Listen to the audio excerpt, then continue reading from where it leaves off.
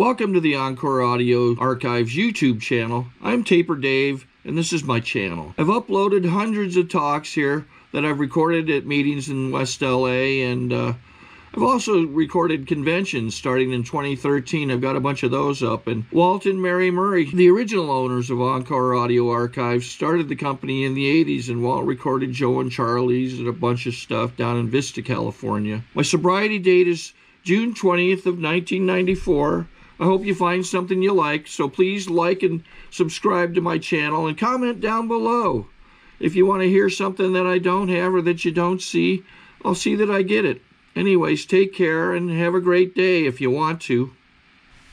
My name's John Coleman. I am an alcoholic. I'd like to start my talk by saying it hasn't been necessary for me to take a drink of alcohol since October 24th of 1952.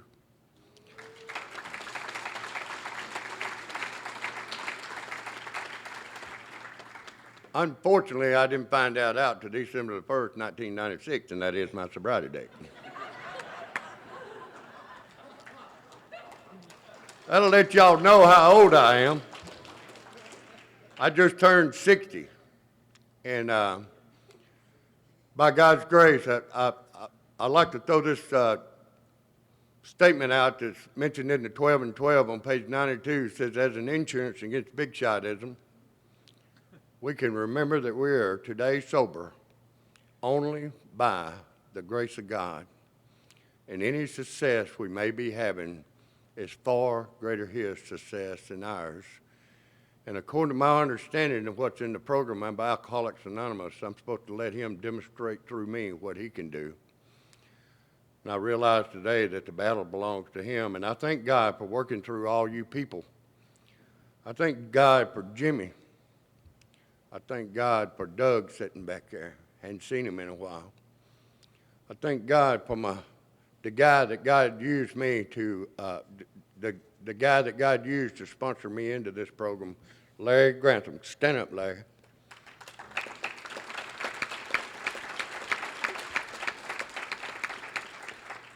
I met Larry in 1991, and he bought me a big book and a 12 and 12. He told me, he said, John, said, you need to read, study, and apply what's in this book. That's how we got sober, and that's how you'll get sober if you get sober. But I was always liking to get people on the same page that I was on. I said, let me tell you something, Larry. I said, I'm not going to read that book. I said, I've read parts of the Bible.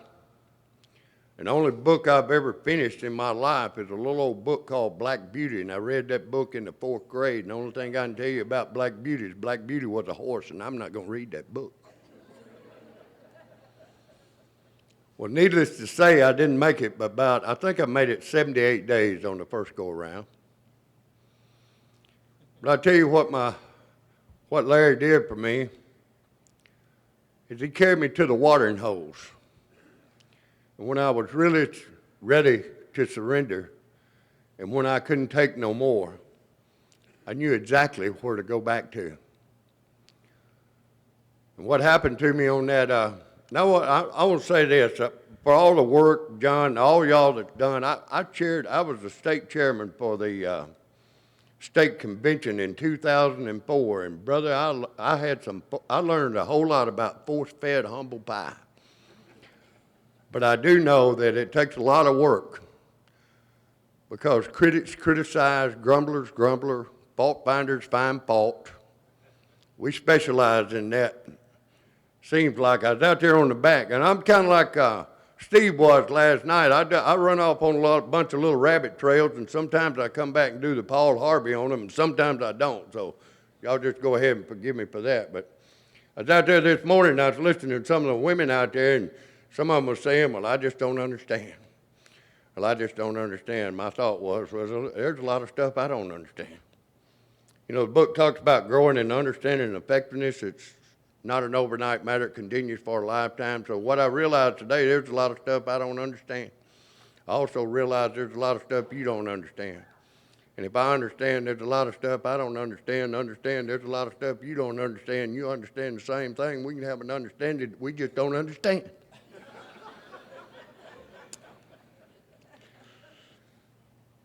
My sobriety date, December 1st, 1996, what really happened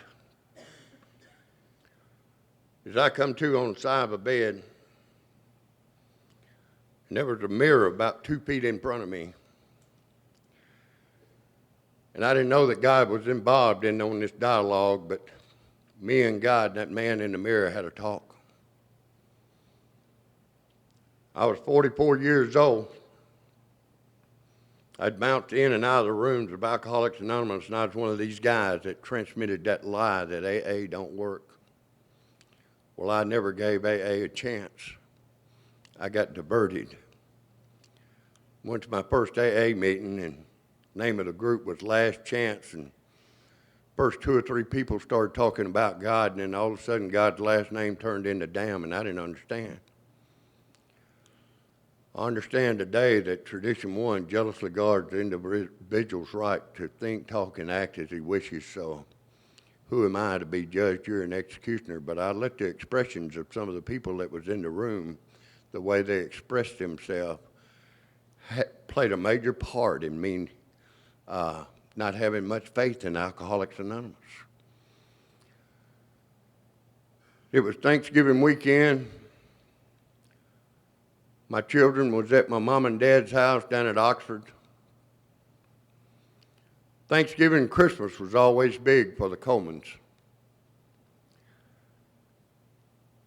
I come to on the side of that bed and I looked at the man in the mirror, and these are some of the thoughts that were going on in my mind. This world's not your home, boy. You just passing through. You're 44 years old. And I personally have worked harder than any human being that I knew of on the face of the earth, and I'll tell y'all why in a little bit. I said, what you got to show for your life?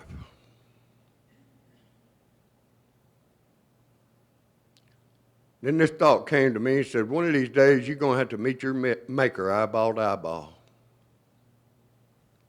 What you going to say to him? I pondered that thought for a minute, and then the next thought that come to me was, what's he going to say to you? And I feel real fortunate. I feel like one of the very fortunate ones in Alcoholics Anonymous nowadays. So I asked God to give me some strength that morning to take a bath and go back to the church house. And I went to the church house that morning in front of about 600 people. They did what they call an invitation song. And I went forward and I told that old preacher man that alcohol had dominated my life. Please pray for me. He prayed for me. And about 3 or 4 o'clock that afternoon, that inner voice of God that I hadn't heard in over 5 years said, go back to Alcoholics Anonymous, son. That's where you belong. And I've known from that day to this day where God wanted me to be. And I went to the old watering hole up there on Shelby Drive in Memphis, a place they called the Big Book. And my old buddy James Allen was talking, and there was Larry. I asked Larry, well, I come in these rooms this last time shaking and vibrating. I remember sitting at that table with that cup of coffee, and I tried to drink it, but I couldn't. And I spilt it. Spilt my coffee, and somebody come up and wiped the coffee off the table and said, that's okay, John. It's going to get better. So Larry and I started doing the deal, and what we did, we got heavily involved. And we did get to the meetings early, and we stayed late. And we went to a meeting every night. Sometimes I'd be sitting out in his driveway at 6 o'clock in the morning. And we talked, and we shared, and we bonded. I remember on Monday night, Larry asked me, he said, what's the biggest thing on your mind, John? I said, well, about $4,000 down there at the casinos. I got 7 vouchers down there, 6 $500 vouchers and one $1,000 voucher. And I wrote some check on a bank account that's already been closed. So he suggested what I thought was a novel idea. He said, why don't you go down there, John, and tell them that you have overextended yourself and you need to set up some payment plans with them. So I did, and we did. And by God's grace, I still look back on it and don't know how I made those fateful payments. $500 a month for the next 8 months. And those are some of the things that happened. It wasn't easy. It wasn't easy destroying this self-centered nature, but I found out that it was simple. And I believe everything revolved around one word, and it's choices.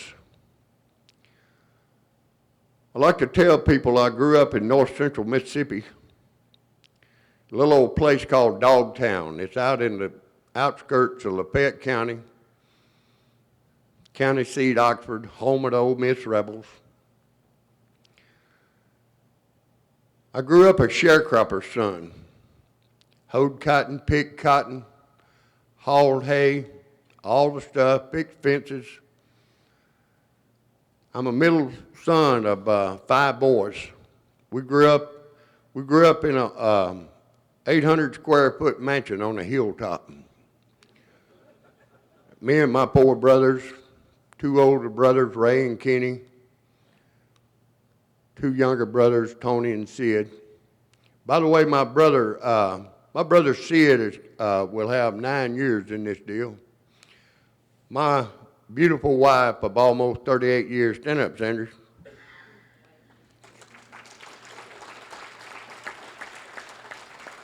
She's got over 15 years in this deal. I think about how powerful our circle of influence is. Not too long ago, we had a daily reflections about being an instrument. What I found out is every human being on the face of the earth is going to be an instrument for the power of light or the power of darkness, and I keep it basically that simple, and I was used as an instrument for the power of darkness for a long, long time. And I'm not proud of it, but that's just the way it was. I grew up in Lafayette County, and I was a little old bitty guy growing up. When I got my driver's license, I was 5'4" and weighed 108 pounds. So I started taking some boxing lessons up there at a little old place called Abbeville on the north side of Oxford. And I got to where I thought I was pretty skillful boxing. There was a couple of old boys up there in Oxford, and they had the reputation of being the baddest guys in the state of Mississippi. So what they did is they drank that old vodka on Saturday afternoon. They'd go around. Wherever they went, they'd get in a fight. And I mean, they took care of business too. And they had the reputation up there in Oxford of being the baddest guys in the state of Mississippi. Then one day word come up from Starkville, Mississippi, that there was an old boy down at Starkville named Clarence, and he had the reputation of being the baddest guy in the state of Mississippi. He told my buddies up there at Oxford that he was the roughest dude in the state of Mississippi. If they didn't like it, just come on down to Starkville and he'd show them how the rabbit eat the cabbage. Them old boys got to drinking that old vodka one day up there at Oxford, and they took them a little 2-man group conscious. They'd been drinking that old vodka, and they said, hey, partner, said, why don't we just go down to Starkville and just whoop old Clarence? The other old boy said he thought it was a pretty good idea. So they hit 6th Highway up there at Oxford and went down to Batesville and hit 55 South. They got down to the last bridge before you turn off to go to Starkville, and the old boy that was driving, he slammed on them brakes.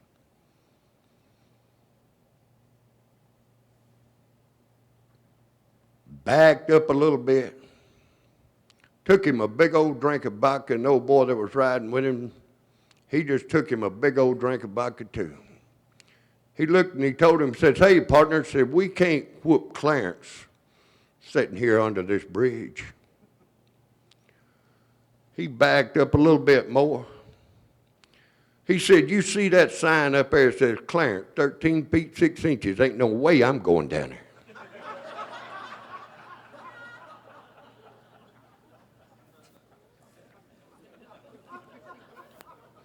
Some of y'all catch on that after a while.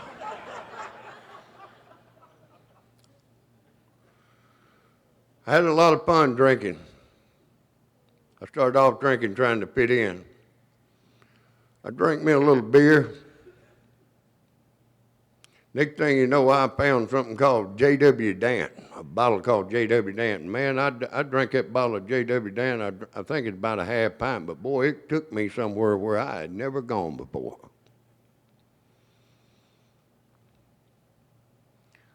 I graduated high school, 1970. My childhood dream was to be a ball player and a coach. In the spring of 1970, I got involved in an event that changed the course of my life.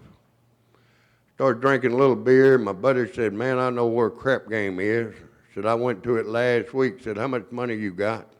I said, I got $4. He said, I got 15. He said, that's enough. So we went to that little old crap game, and we broke that crap game, won almost $600. And that changed the course of my life.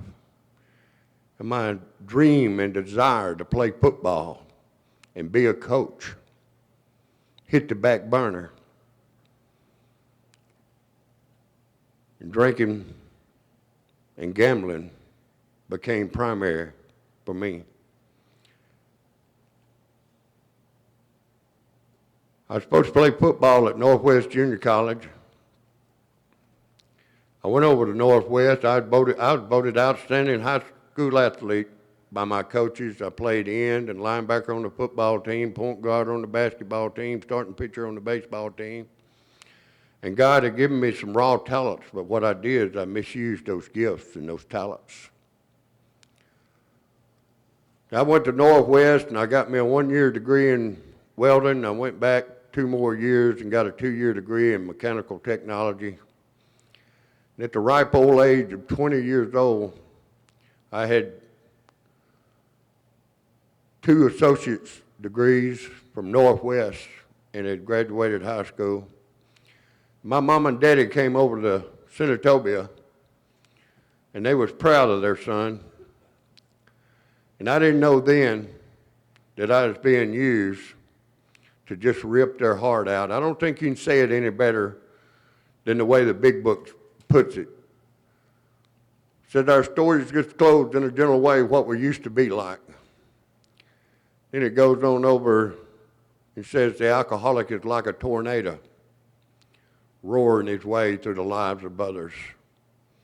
I had no idea that I was ripping my mama's heart out, and my daddy's heart out, and my brother's heart out, and my sister's heart out. Had no idea until I come into Alcoholics Anonymous. It says, hearts are broken, sweet relationships are dead, affections have been uprooted because of the bottom line, selfish and inconsiderate habits. So I developed some habits early on. That drink of beer carried me places I didn't want to go and made me do things I didn't want to do. Kept me longer than I ever wanted to stay and made me pay a bigger price than I ever wanted to pay. But I'm not the only one that paid that price. So I got that diploma. My mom and dad come out on that football field. My mom's been gone since 2000. My dad's been gone since 2007. My mama died of Alzheimer's. I'm not going to get into all that. I just wanted to say that. And I told my dad, I can't imagine what went on in his mind that night. I told him, I said, I'm not coming back to Lafayette County. I'm going to Memphis, Tennessee. That was my foreign region. I said, I can just think what went on in his mind. He said, let me see if I got this straight, son. You got no job, you got no money, and you're fixing to go to Memphis? And yep, that's right, Dad. I went to Memphis and I got me a job at the Illinois Central Gulf Railroad. A couple of years later, I met Sandra. She had 2 daughters, one 5 and one 2. We got married and I didn't know how to be a dad, and I became a dad overnight. A couple of years later, my son was born, August the 9th, 1977. By God's grace, he's got over 12 years in this program. 35 years old, got sober when he was 22.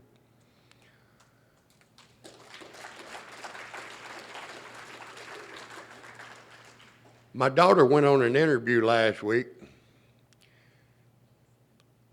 She lives up in Madison, Tennessee. Is that right, Tanya? That's close enough, isn't it? Anyway, during her interview, she said, this guy asked her a question. Is there anybody in your life that inspires you? And she said, my mom, my dad, and my brother. And it's all because of God's grace working through a powerful 12-step program called Alcoholics Anonymous that she was able to make that statement. Because when we first came into Alcoholics Anonymous, that little girl was 10 years old, and she hated us. And she told us that. But anyway, going back to my roaring 20s. I went to Memphis and I kept gambling. I became a bookie.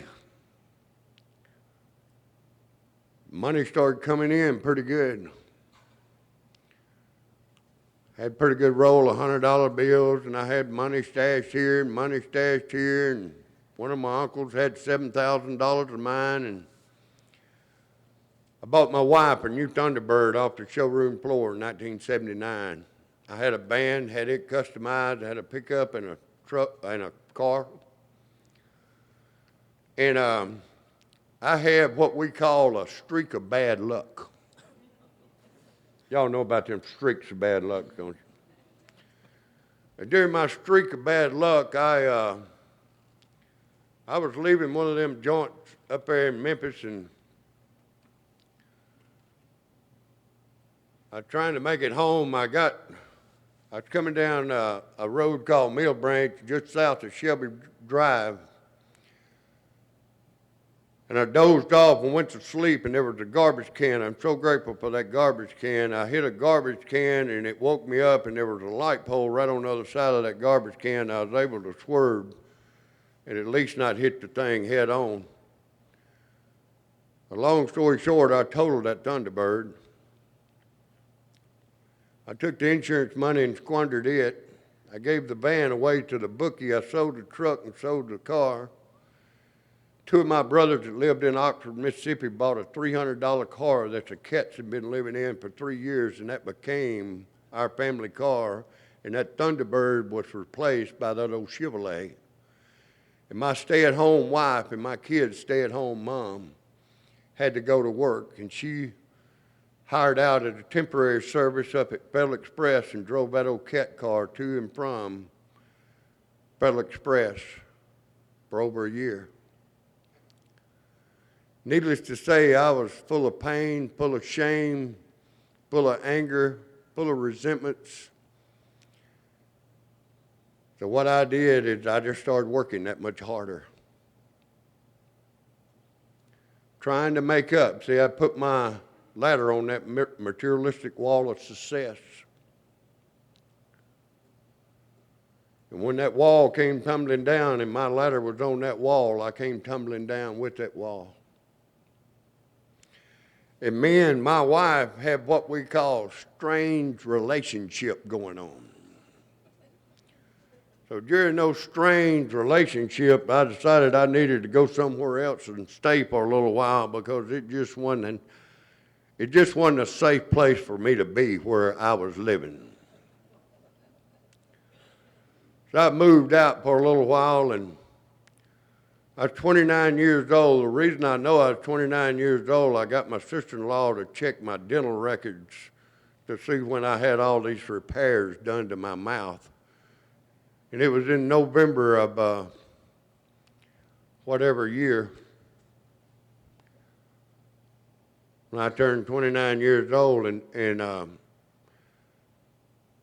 my brother I got on a bad run. I was a spree drinker. I got on a bad run, and my brother, one of my brothers that's 11 months younger than me, named Tony, came up to SOUTHAVEN. He heard I was on a bad run, and I don't know about y'all, but when I got on a bad run, alcohol made me mean. It made me real mean. It turned me into something that I was never created to be.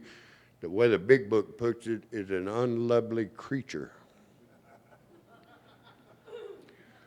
So I was on a run, and I've been drinking that old vodka, and my brother come up and he wanted to know if I needed some help. I said, nah. I'd already been drinking. I had plans to go to this place called a Desperado that night. So I eased on over to the Desperado, and I'd been in a few fights during that 18-day run.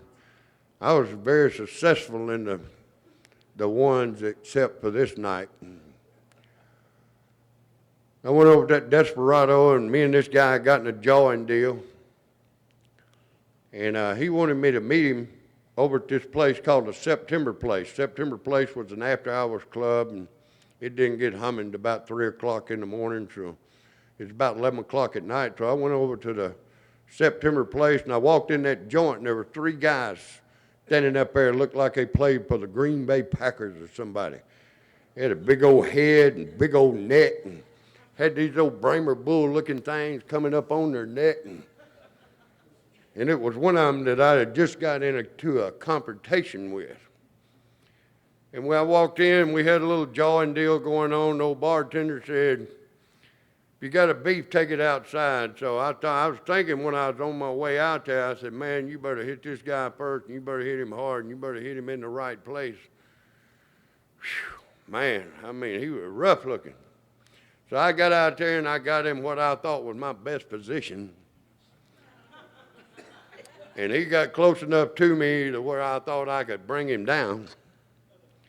And I hit him hard, and I hit him first, but I didn't hit him exactly where I wanted to.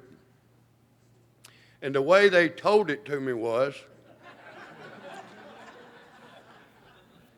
I hit him up here between the eyes, and it made him mad. And plan A had worked for me for so long, I reckon I forgot about plan B. Because usually it was when I hit him in the right place, it was like turn out the lights, the party's over, but it wasn't. And they said he just rocked back a little bit, shook his old head like an old Bramer bull. And buddy, I mean, he hit me and he sent me to the promised land. I'm so grateful he knocked me out the first lick. But I wished he would have stopped after that.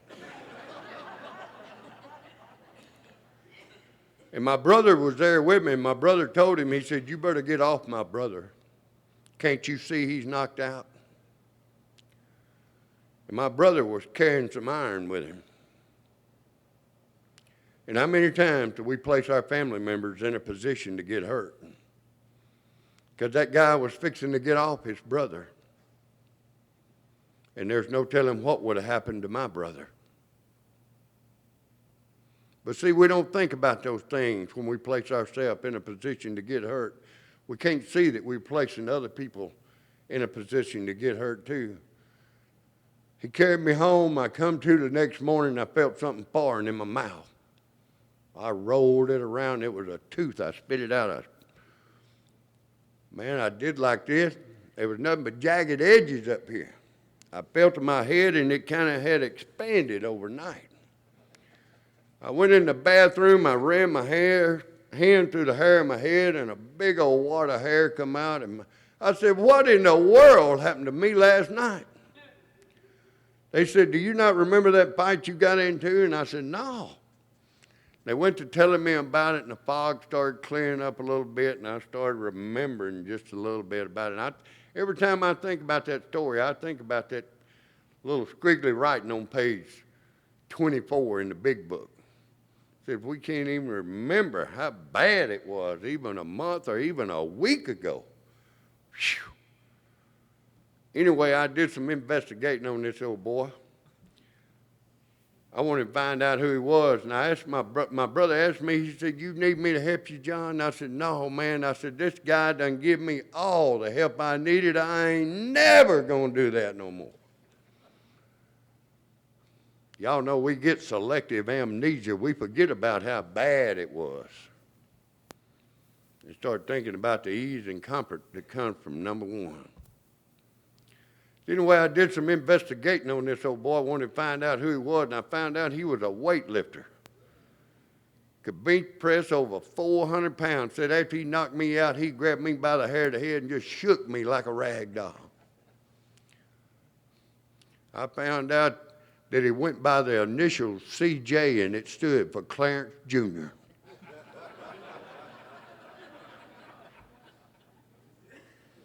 Now, the Clarence Jr. is not true, but the rest of it is.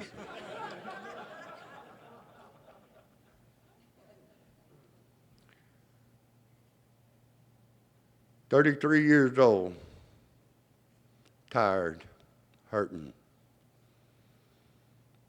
Went to the church house with my mama and daddy.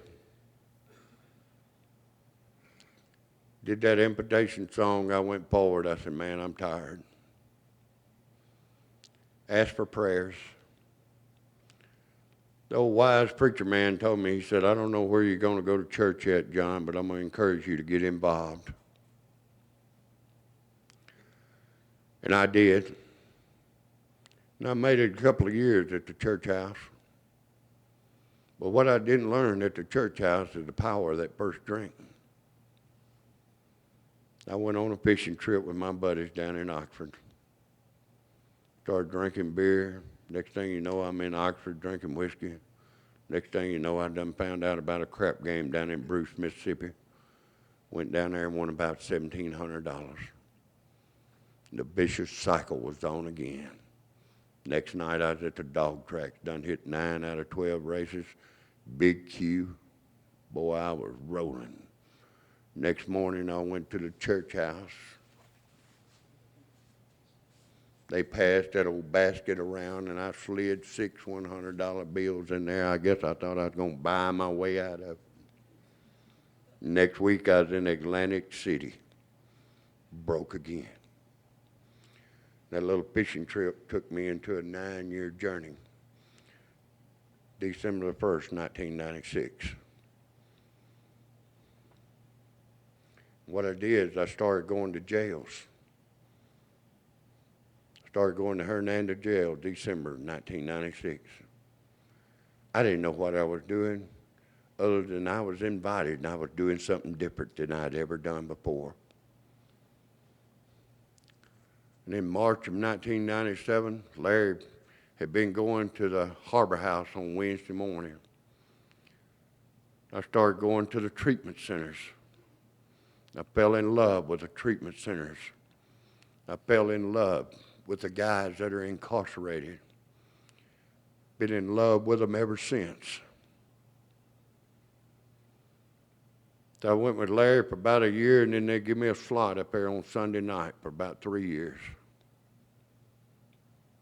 I got involved in going to taking a 12-step big book meeting to a place called Whacking Hut in Holly Springs. For 4 years, from 2000 to 2004, I went down there and I carried the message, and I didn't know then that I was being prepared. Just like I didn't know when I was out there running and gunning that I was being prepared. The first paragraph. Let me go ahead and finish this Holly Springs deal. I went to Holly Springs. It'd be 6 or 8 of us, and they'd all, you know how it is when you go to some place and you get 6, 8, 10 people. Yeah, we gonna go, and next thing you know, they go once or twice, and then they fall to the wayside, and then something comes up, and this one can't go, and something comes up, and this one can't go, and next thing you know, you're down there by yourself. Y'all know about that? Now I get confused, and I said, I was driving that 90-mile round trip instead of going that 5-mile round trip to my home group up there in Southaven. That just wasn't making a whole lot of sense because my money was funny and all this other stuff. And I got to questioning God. I said, God, I'm feeling like a Lone Ranger down here. I said, I'm wondering where all the Tontos are. And God gave me a revelation. He says, son, you Tonto, I'm the Lone Ranger.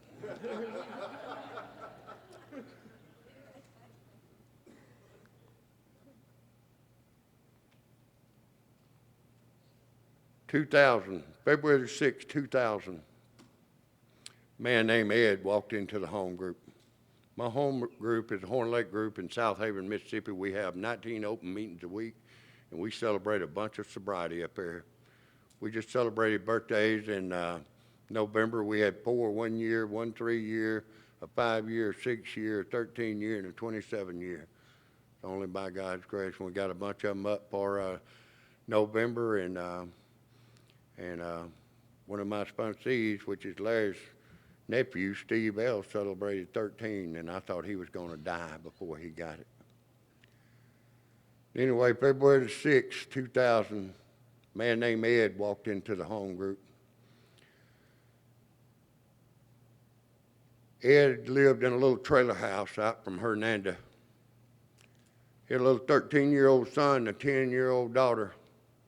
I started working with Ed, and Ed and I went down to Oxford and visited my mama a couple of times, and we ran together. And in the middle of March, Ed fell off into a bad depression. I did everything in the world to try to get him to come be with me at work and all this other stuff. And long story short, March 28th of 2000, Ed believed one of the deepest lies, if not the deepest lies, I believe, that any human being can ever believe. And that is that this world would be better off without him. He went home in that little trailer house. He took his Bible and his shotgun. He went in the bathroom. He blew his brains out. A couple of days later, I go to the funeral home down in Hernando, and I hear the voice of a little 10-year-old girl hollering, Daddy, Daddy, oh, Daddy. And I'm telling you, that rocked my world.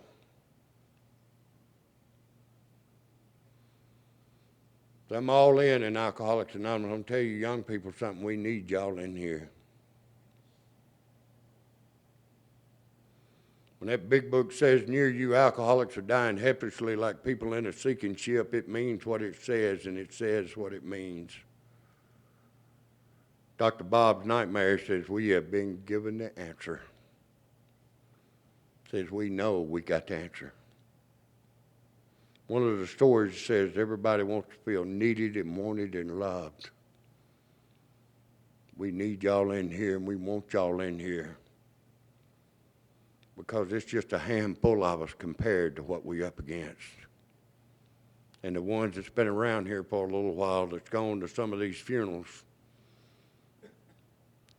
and seen the mamas and the daddies crying over those caskets and seeing the little girls and the little boys, know that this is a very serious deal that we're involved in, and it's called life and death.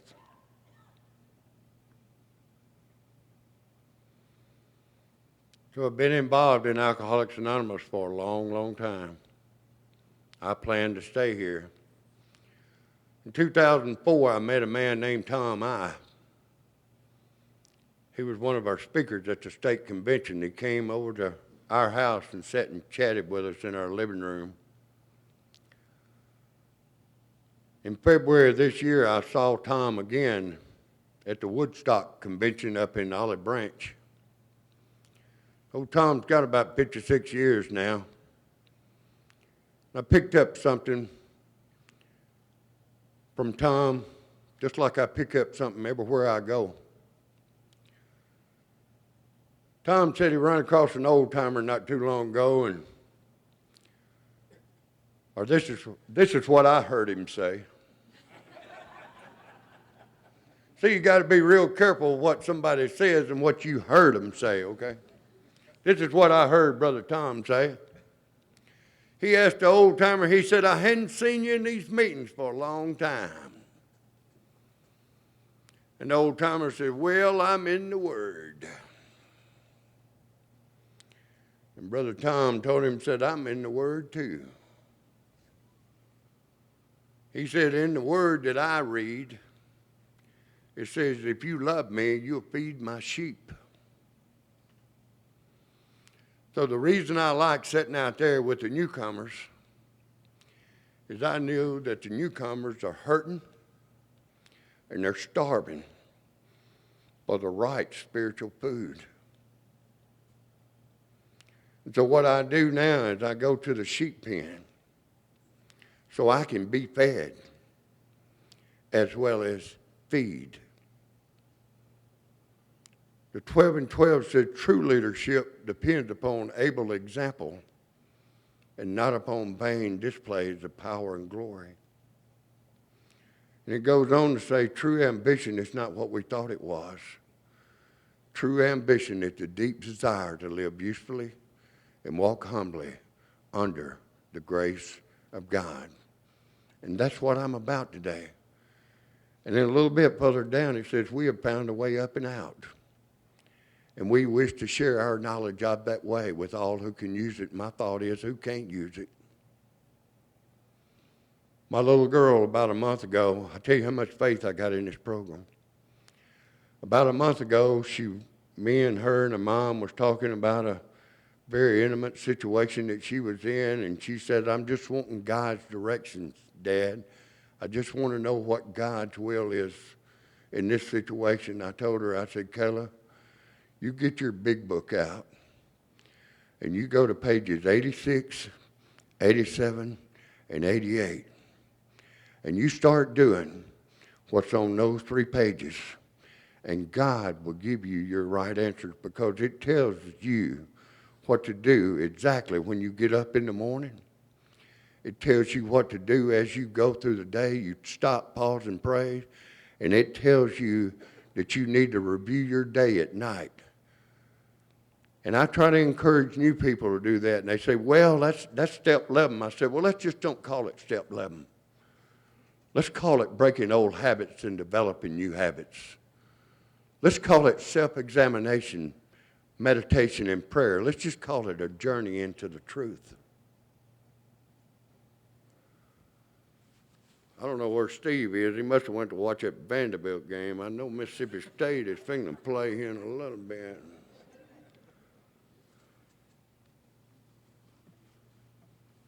One of the promises you will not regret the past nor wish to shut the door on it. I didn't understand how that could come true until I read what I call the 124 page in the big book where it says Henry Ford once made a wise remark to the effect that experience is a thing of supreme value in life that true only one is willing to turn the past to good account. We grow by our willingness to face and rectify errors and convert them into assets. Now that's a message of hope. If we convert all our errors into assets, look how many assets we're going to have. There's a little paragraph in the chapter to the wives, one of my favorite paragraphs in the book. It says, your faith and your sincerity will get put to the test. These workouts should be regarded as part of your education, for you will be learning to live. It says you will make mistakes.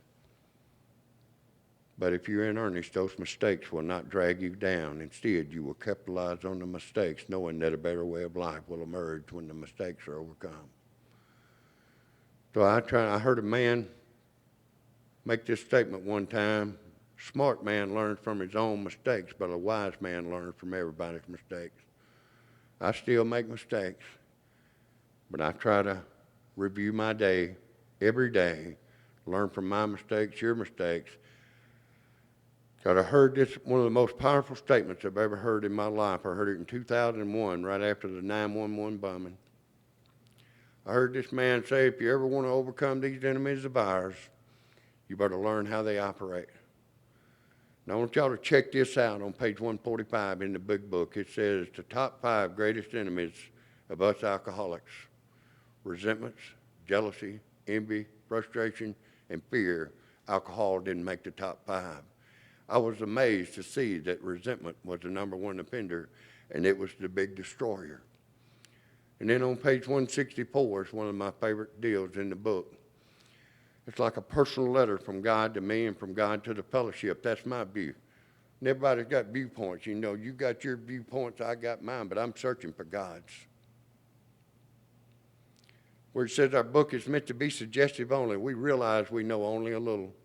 I'll tell you what I had to learn. I had to learn a whole lot before I was able to recognize how little I knew when I thought I knew so much. And you learn it when you look back over the years, how much you get to learn. I call it staying green on the vine. It says, God will constantly, this goes more to you and to us, said, ask him in your morning meditation. That's first things first to me. What you can do each day for the man who is still sick. The answers will come if your own house is in order. And that's what the steps are designed for, to help you get your house in order. He said, but obviously you cannot transmit something you haven't got. What I found out is we're transmitters. I'm either going to transmit peace or poison, the truth or lies. I keep it basic and simple. It's one or the other. So it says, see to it, personal responsibility, that your relationship with him is right. And here's some promises, great events. I look at this as being a great event. It may not be a great event in the eyes of the world, but in the eyes of God, in the eyes of us, this is a big event. Great events will come to pass for you and countless others. Circle of influence. This is a great fact for us. So I'm going to tell y'all hang in here with us. The reason we try to get people to stay out of relationships early on is because we know how those enemies operate.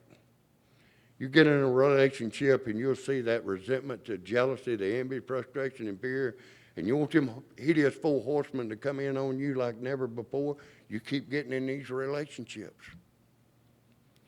And it's not that we're trying to tell y'all what not to do, we're trying to warn y'all.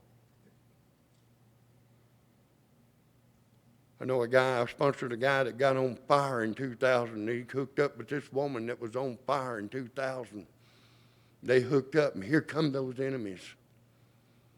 And the guy ended up in the streets, and he ended up in jail, and he ended up in Whitfield. And I don't know where he's at now, but the woman blew her brains out. It's real serious. It's life and death. The appendix 1, it says, to those now in its fold, Alcoholics Anonymous has made the difference between misery and sobriety. It has for me, and often the difference between life and death. It has for many of us. AA can mean just as much to uncounted alcoholics not yet reached our circle of influence. Therefore, no society of men and women had a more urgent need for continuous effectiveness and permanent unity. We alcoholics see that we must work together, hang together, else some of us would finally die alone. I'm going to read a couple things out of this service manual.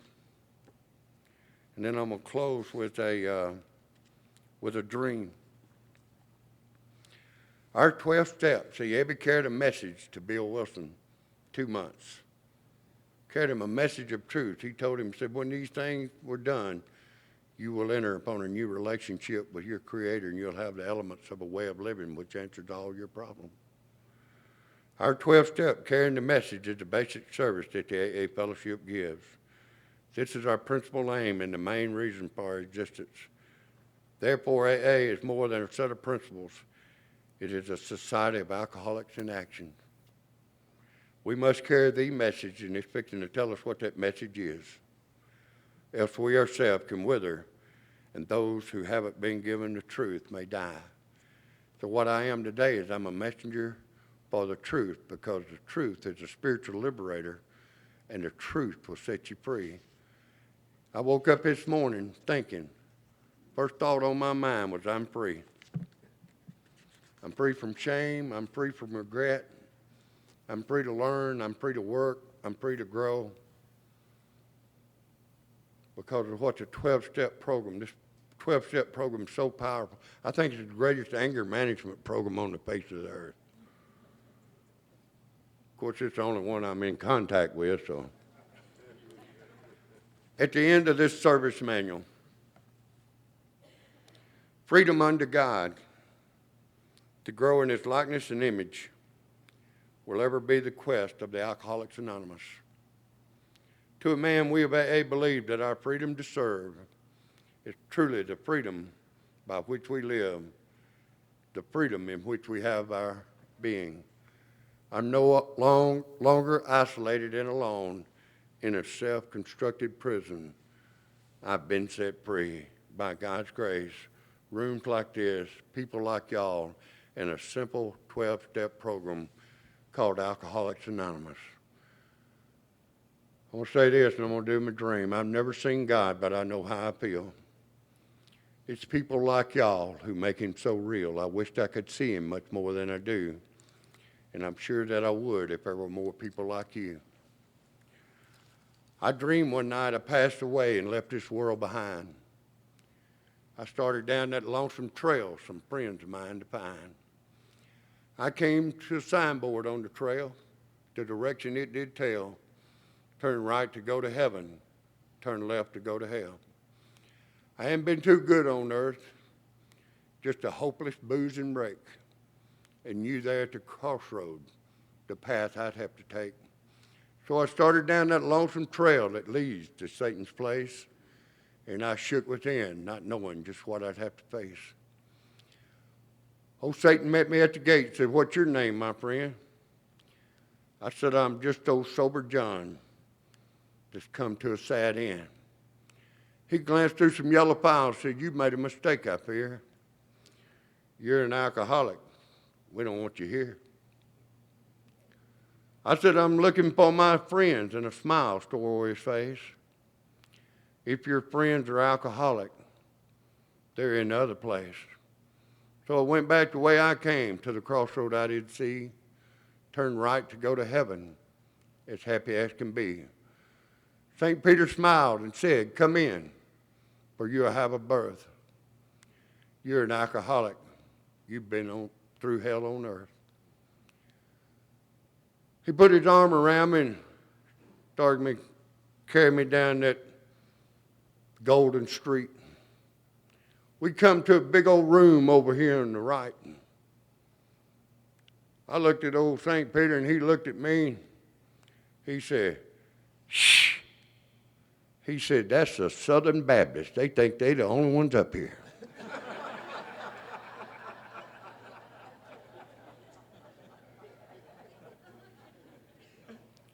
We walked on down a little bit further, another big old room opened up. I looked at St. Peter and he looked at me and he said, "Shh." He said, "That's the Pentecostal. They think they're the only ones up here." We walked on down a little bit further and a big old room opened up. Countless people. Nobody could count them. These old guys and gals were in there. They were laughing and talking and having a big old time, and I was amazed. And I looked at St. Peter and he said, "Why are you amazed, John?" I said, "We're not halfway through yet." I said, "Not only that, we don't know who these people are. They won't tell us."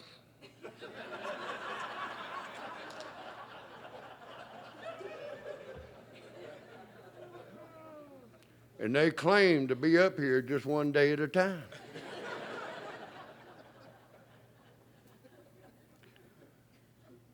I looked in and I saw my old friend Betty Clare, who died in the rice fields over in Arkansas. I seen old Clede Hogg, Dwight Archer, Bill Reynolds, a whole bunch of people. And I saw my old buddy Sonny L. And I'm telling you, I was happy because I thought he done went to hell. So I'll take warning and learn something from my trip.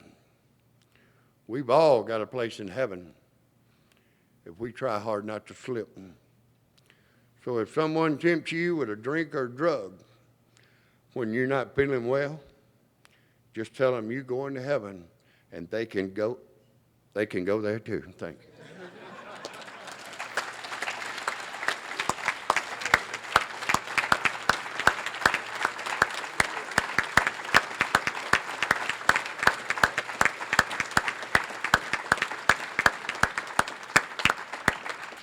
I think we got a great talk going on here. Thanks for watching the channel. Taper Dave here. Just curious, do you think this is better than Zoom? Okay, this is how I prepare my drone for launching. I like to do it inside the cab of my truck so I'm not standing outside in the weather. To install the joysticks for control, up and down, right and left, powered on. I have an Android phone that I use to connect it to the drone with. And it's actually controlled through the iPhone, through an app. Oops, wrong way. It's actually controlled through the iPhone, or through this Android phone, through the app. It's actually controlled through the Android phone, through an app, and you connect it through this short connection right here.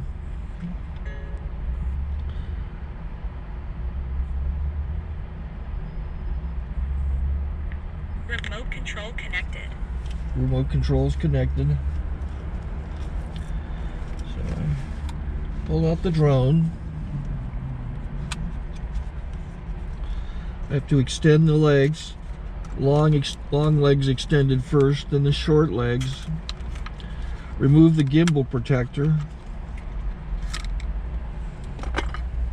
Set that aside, then power it on one short burst, then one long burst. I lay it down. So I have to go to calibrate. So the drone's not connected yet. It shows you here as this drone gets disconnected, even though the remote's powered on. So the drone has to establish it's connected. So I go into the app to calibration mode. First I'll calibrate the remote controller. Start calibration. Out, in, oop, out, in, up, down. And then this little wheel is to control the gimbal. So it's calibrated.